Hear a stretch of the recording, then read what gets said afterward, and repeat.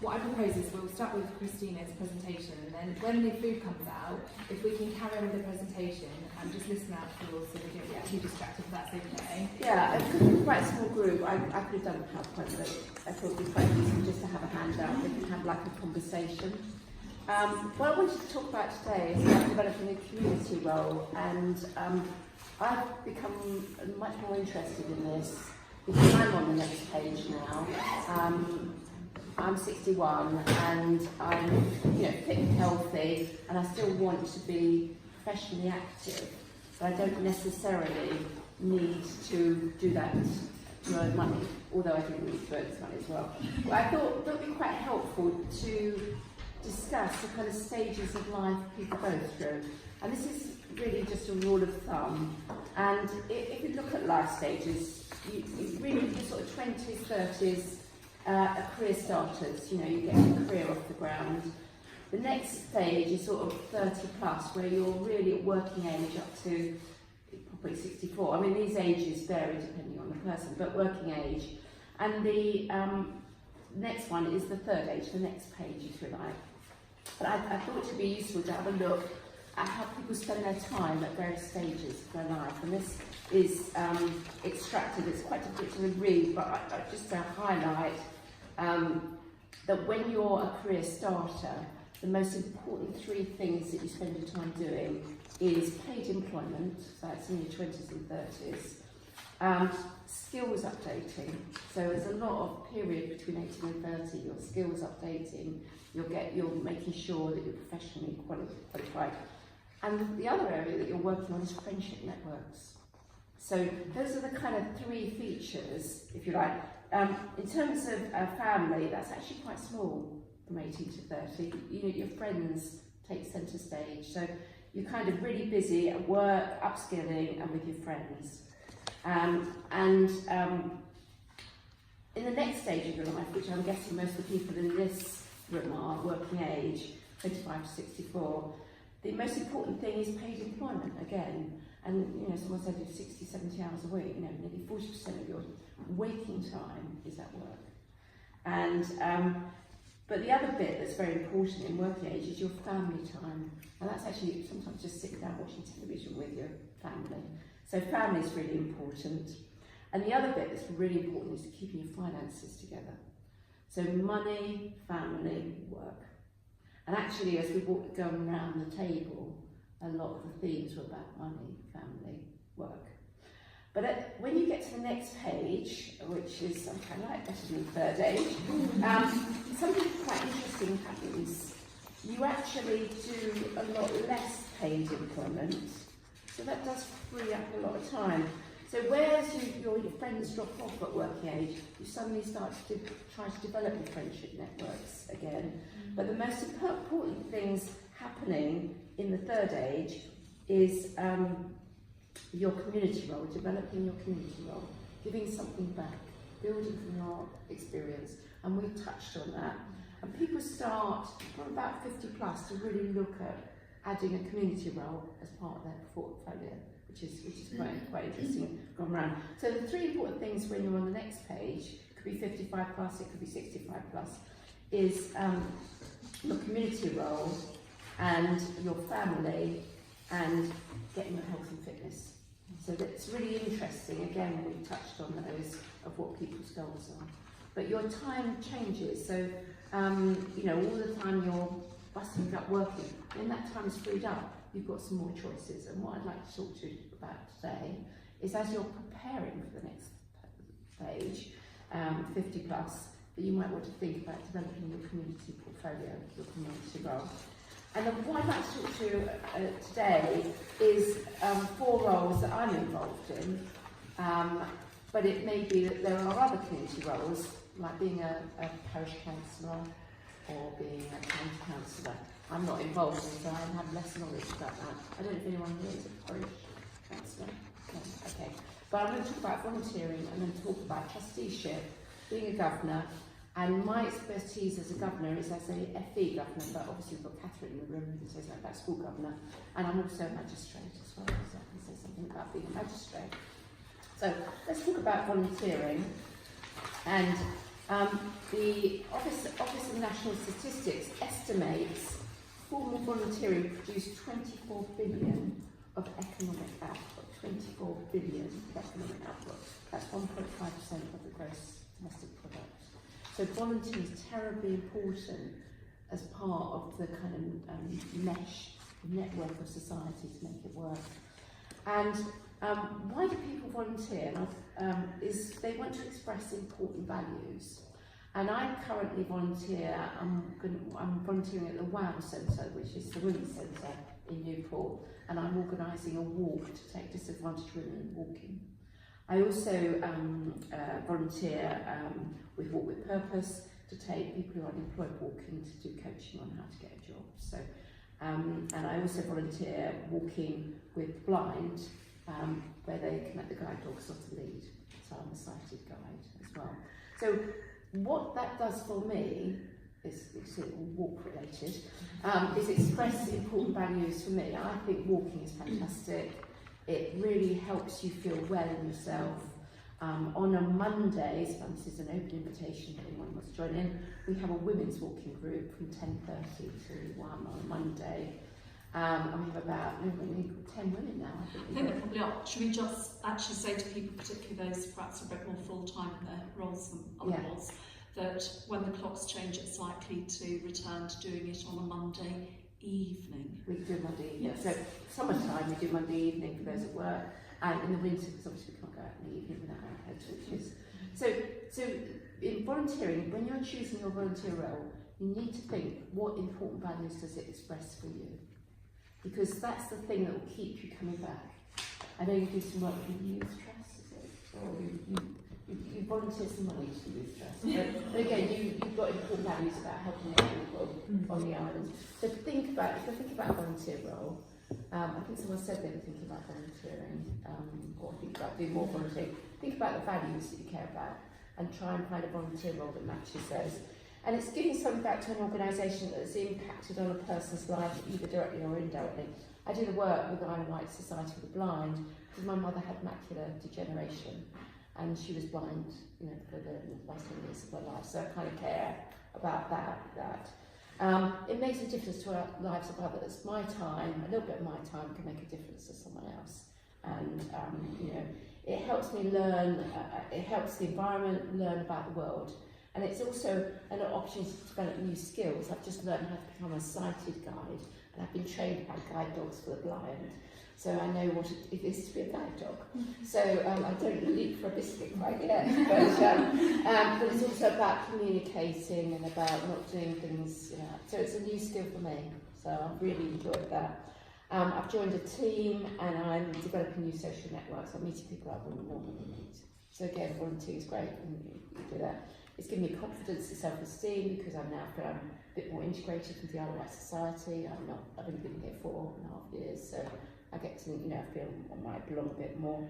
And it builds on my existing experience and skills. I'm a trained ward leader, so I could actually add that back.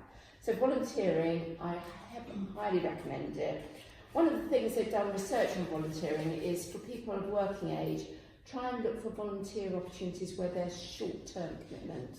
So it might be the literary festival, or it might be some other event where you just, like the Fade from Hell, that you might be running in your local village. Something that is short-term, because obviously doing something regularly might be hard if you do 50, 60 hours a week. So think about short-termism as a good strategy. The second type of role I'd like to talk about is trusteeship. Trusteeships. Each year there are around 100,000 new trustees appointed to new or existing charities. And a trustee is someone who stands in the place of society to keep an eye that the charity is focused on its mission. And so each charity is regulated by the Charity Commission.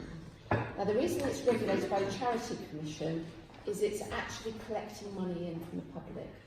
So it has a level of trust the public's got to believe in. So if someone's waggling and collecting money, you want to know...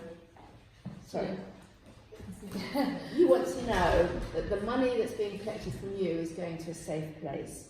So it's really important that trustees who sit on a board direct the charity and make sure that it's financially sound and that it sticks to its mission. And if you have a look at the next slide, you've got 6 main duties as a trustee. You've got to be clear about what your charity does, that it supports its purposes and benefits the public. So an example of, I'm a trustee at the IsleOfWight Society for the Blind. If we wanted to go and buy a boat to give pleasure trips around the island, is that really supporting the purposes of supporting blind people on the island? Or is it just a money-making venture that we could then... So we need to be clear that what we're doing meets the purposes. Otherwise, we've got what's known as mission drift, and therefore people are giving us money and it's not fair because we've got mission drift against the purposes of a mission. So check that decisions you make are within the rules of the charity. To be registered as a charity, you have to have an instrument article of government and you have to have set rules about what you can and can't do. So as a trustee, you're holding the managers to account that they're sticking to the rules. So think about the word trustee. You are watching over your charity in trust. Ask yourself as a trustee. That's right. Sorry. I did say no bread because she's gluten free. As I said, do you not want gluten free? Okay. Okay. Ask yourself what's best for the charity and who it helps. Satisfy yourself that the charity's funds, people and reputation are used sensibly and are protected from undue risk. So again, it's protecting that money for the interest of the charity. When you go to meetings, trust meetings, be prepared and set time to read it before the meeting.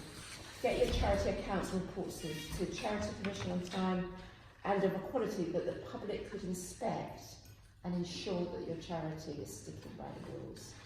So it's a board role, you're a non-executive director, you're checking that the money is spent wisely, that you're sticking to the mission, and it is quite managerial, the role. But you're not running the charity, you've got managers to run the charity. For very small charities, you might be running the charity and taking on a managerial role. But if you have paid staff, then you're setting the envelope by which they can operate within, so that they can't go off-piste. So that's a trustee role. Again, I think there's something like 600 different charities on the Isle of Wight, and all of them require trustees. So if you're on average, that's going to be, I'm sorry. So if you think about that, if there's over 600, that's nearly 5,000 trustees are required on the Isle of Wight. So again, if you really care about a cause and you want a more managerial leadership role, then be a trustee. And most trustees only serve for so many years, so they have to have continual update. And they often want younger trustees who've got specialist skills. So if you've got specialist skills like HR, or you've led a business, people are desperate for you, or if you've got social media skills, then again, people would, or finance skills, they'd back it.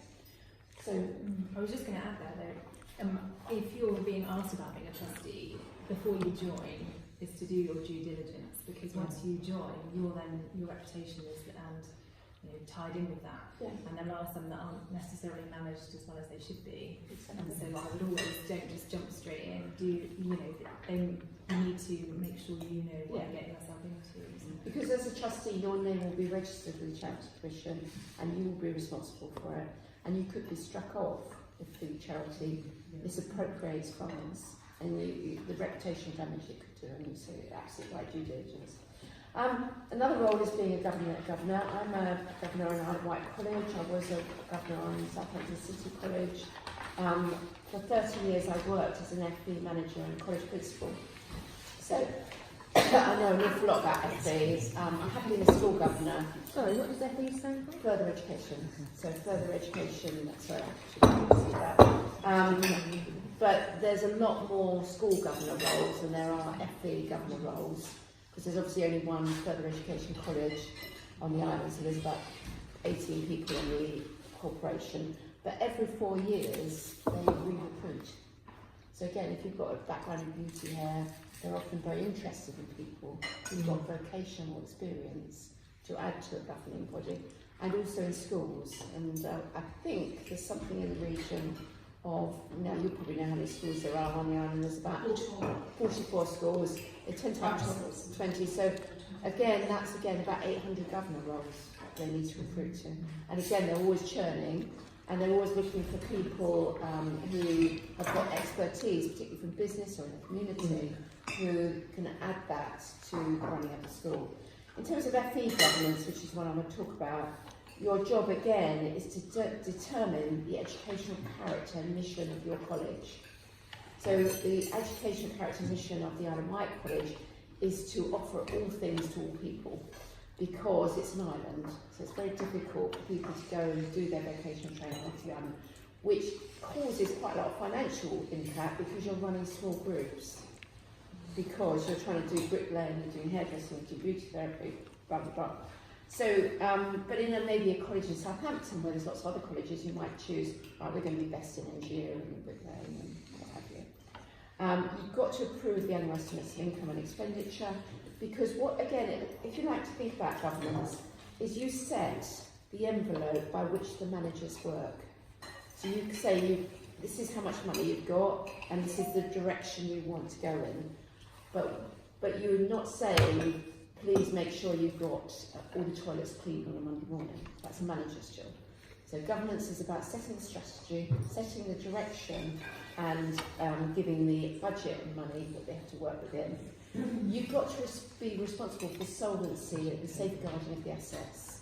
So again, you want to be protecting it. It's a bit like the trust.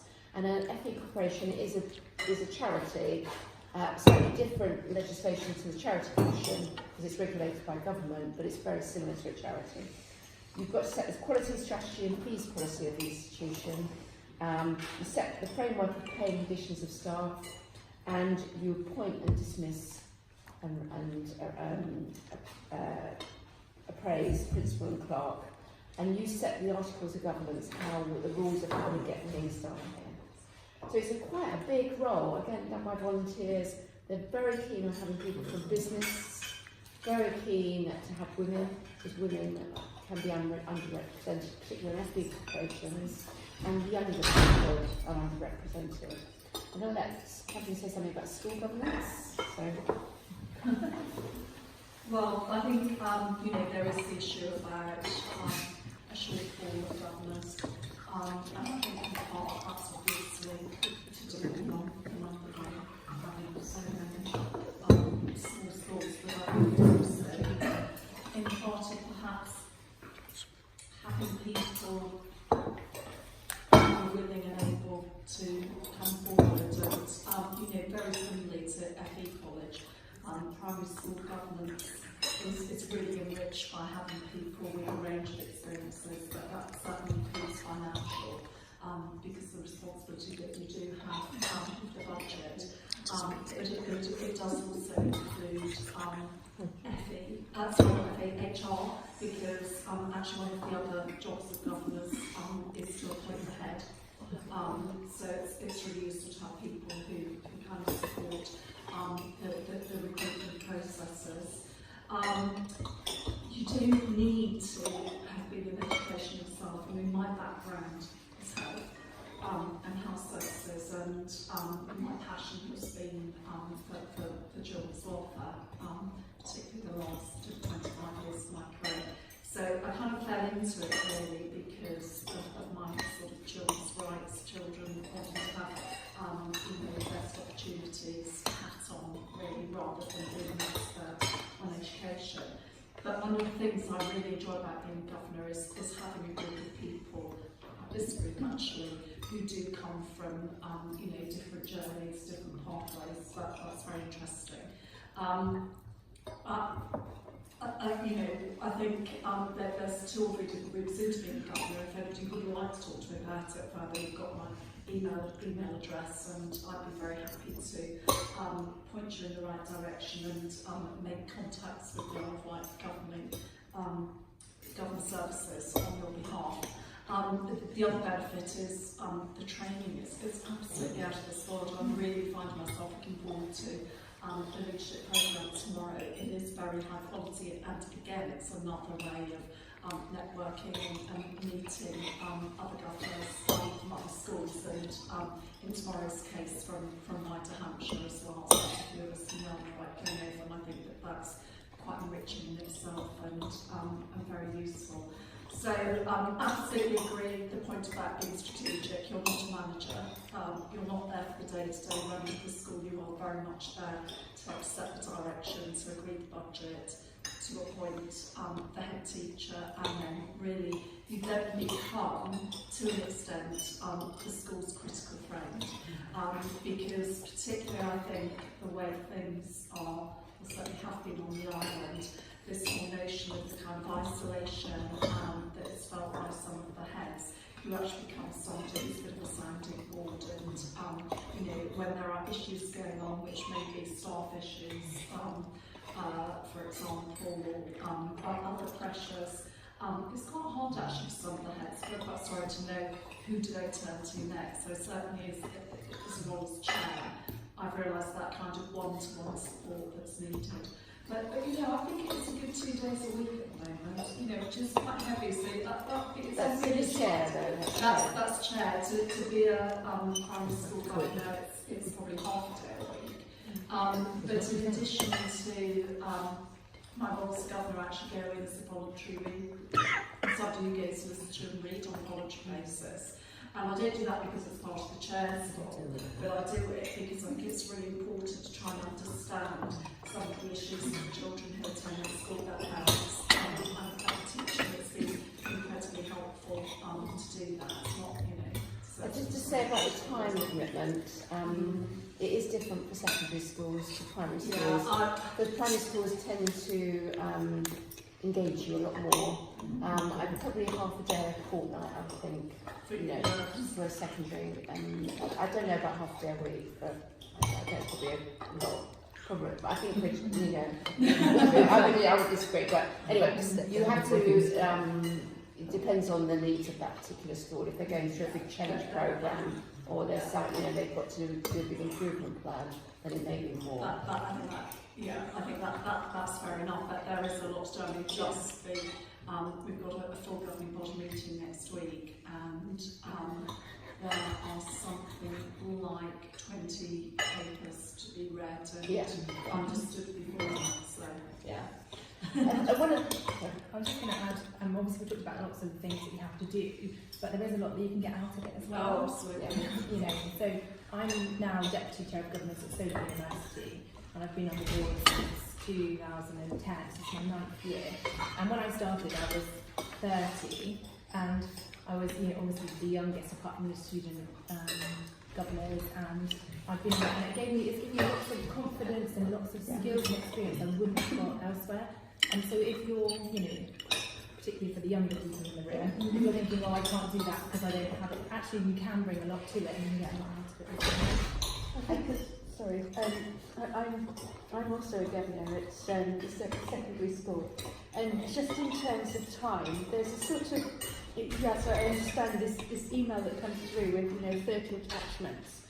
And I think that for the board at CAS, it's a skills-based board, so you're appointed to the board based on your particular skill. It could be business management or whatever, mine's marketing and finance.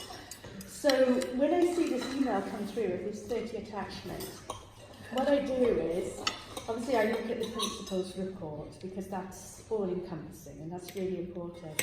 But actually I try to identify the papers that are particularly relevant to finance or marketing.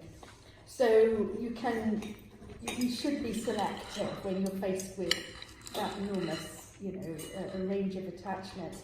The other thing I'll say is that in addition to that sort of base level of being a governor, there's also extra activities which you may or you may not decide to do, so exclusion panels, staff disciplinaries, and then taking it one step further, and I understand that it is mostly a strategic role, but there are opportunities to impact on the operational side of things if the school really needs it. So I was involved with the brochure, the sixth form brochure for Clare's Enterprise College, and all I had to do was to give them a sort of format, a template to use. So it wasn't much of my time, but it is about being able to apply your skills. So yes, it's a strategic role, but there are opportunities to be involved with the operations if the school is needing that. I'm going to move on actually, because Yes, I just want to give some key concepts about being a governor or a trustee, and these are called the Nolan Principles. The Nolan Committee was set up by government about people who hold public office. So it's not just for people in a voluntary capacity, it's also people who hold public office. And they identified the 7 rules of public office. One is about selflessness, that if you are going to be a governor or trustee, that you're doing it not for yourself, that you're not doing it to get an extra contract, you're not doing it, you're giving selflessly, so that's a really important thing. That you're doing it with integrity, that you're trying to make those decisions with the best thought for that institution, that you're putting that institution at number 1. But you're objective, that it's not based on, prejudice. Oh, I don't like what she says, that TV show. You're trying to be objective. You're looking at the data, you're analysing, and that you're prepared to be accountable, because obviously you're in a public role, either a trustee or governor. That you're open, so there's nothing concealed. That you're very open, and as a trustee board or as a governing body board, that everything is open. That you can scrutinise what you've decided. That you do things with honesty, and that you try to lead, so you're trying to strategically lead. So those Nolan Principles, if you ever go for an interview as a governor role, say I'm fully aware of the Nolan Principles in public life. 3 issues just to kind of also that it's useful if you're going for an interview. One is about conflicts of interests. If you sit in a community role, you've got to be aware if there's any conflicts of interests. So is your husband an accountant and you put his name forward to get the accountancy job for the school? You need to announce that you've got an accountant's husband, and therefore that might not be considered as part of the tender. Or if the tender is being considered, that you stand down, I'm registering conflicts of interest. So knowing your conflicts of interest, and it might be just for you or your family. Governance versus management, I think it was touched upon. You're not there to manage the show, you're there to govern, which is to set the out direction and strategy. Although you can be brought in on operational matters, but you're not there to then insist it's got to be that format. You're there in an advisory role if you are brought in. And support and challenge, again, touched on there. You're a critical friend. You're there to support the institution, like the school or the college, but you're there also to challenge them. Could you not have done that differently? And ask some questions. So again, hold the managers to account. And finally, before I tap into my salad, the last one I wanted to talk about is being a magistrate. And magistrates are the people who are responsible for giving out justice to their local community. They're ordinary men and women who come from all walks of life. They're there to listen to all sides of the argument and come up with fair and reasonable decisions about sentencing or making decisions about innocent or guilty. You do not have to have any legal qualifications. You sit on a bench of 3, and you are also supported by a legal advisor who is trained, so you get advice. And you're also given a sentencing framework, and you're trained in the sentencing framework. The magistrates' bench on the Isle of Wight tends to hear minor crimes, so anything that has a sentence of less than 6 months in prison. So you can actually send people to prison for up to 6 months. It tends to be theft. We get a lot of domestic violence cases, criminal damage, public disorder, motoring offences. If a crime has a sentence longer than 6 months, then you have to decide to send it to the Crown Court, where there'll be a judge, possibly a jury. There's also youth courts and family courts that magistrates sit on. Family courts deal with custody, it might deal with children being taken away, it might be dealing with access, and youth courts deal with those under 18. So what the job of a magistrate is, you sit about 2 days a month. Before a trial, you go in and read all the papers, and you also get a sentencing guidelines on an iPad, so you then look up what sentencing guidelines, and they're very clear. They tend to range on culpability and impact, so harm. So you make a judgment. How was it? 1, 2, or 3 on culpability. How much were they to blame, and how much harm did they create? So if it's high culpability and high harm, there's a higher sentence than low culpability. Someone who just did it on an off chance as window and I grabbed a pie. There's not a lot of planning in that. So that's a really interesting role, and as Catherine was saying, the thing I love about it is the training is fabulous. I've had about a week's training before I became a magistrate, and then over the last year I've had about 3 days training on things like domestic abuse and how to identify domestic abuse. Another one on how to do search warrants, so how to approve search warrants. Another one on what happens if people breach their community orders and how do you deal with them. And I've done it now for a year and I have absolutely really enjoyed it. I've got no legal background at all, and it's something that's a whole new skill for me. Can I just ask you, do they have a certain number of magistrates on the island that they have? At the moment there's 44, but you have to retire at 70, so we've lost about 6 in the last year. So this year they've recruited 3, and they usually recruit about 3 or 4 a year. So if it's something you're interested in, you have to be, you can't apply after 60. Okay. So you need to apply before you're 60, because obviously they want to get at least 10 years. They want to get 10 years out of you, because obviously the training is really expensive. But I have to say, it's been the people on the bench are fabulous to work with. Sometimes it's really funny, like you get the prosecuting reading out all these swear words, and you kind of, so you try not to laugh. And some are really sad cases, and you feel, but you've got to listen to all sides and try and make a just decision. Because at the end of the day, you're there as a magistrate, as a member of the community, not only to see community sentencing, but also to protect human rights of that person who's been accused. So it's not always the police telling you the truth. So you've got to be able to make a judgment there. So I would say, if you're in your working age and you are thinking longer term, it's really important to develop your community portfolio when you're at working age. Because when you get slightly older, in your 60s, people are less interested in you if you've never done anything like that before. So it's really important to build that community profile, and it will give you lots of skills and lots of experiences that you wouldn't normally have in the working. That's been great, thank you. I just wanted to pick up on one thing very quickly, sorry, that I probably should have said in ties with those points, which is that for some people who go to school governance because of the added extra that you get within other areas of your life, that there are firms and organisations that actually will give you time to go and do governorship duties as part of your working life.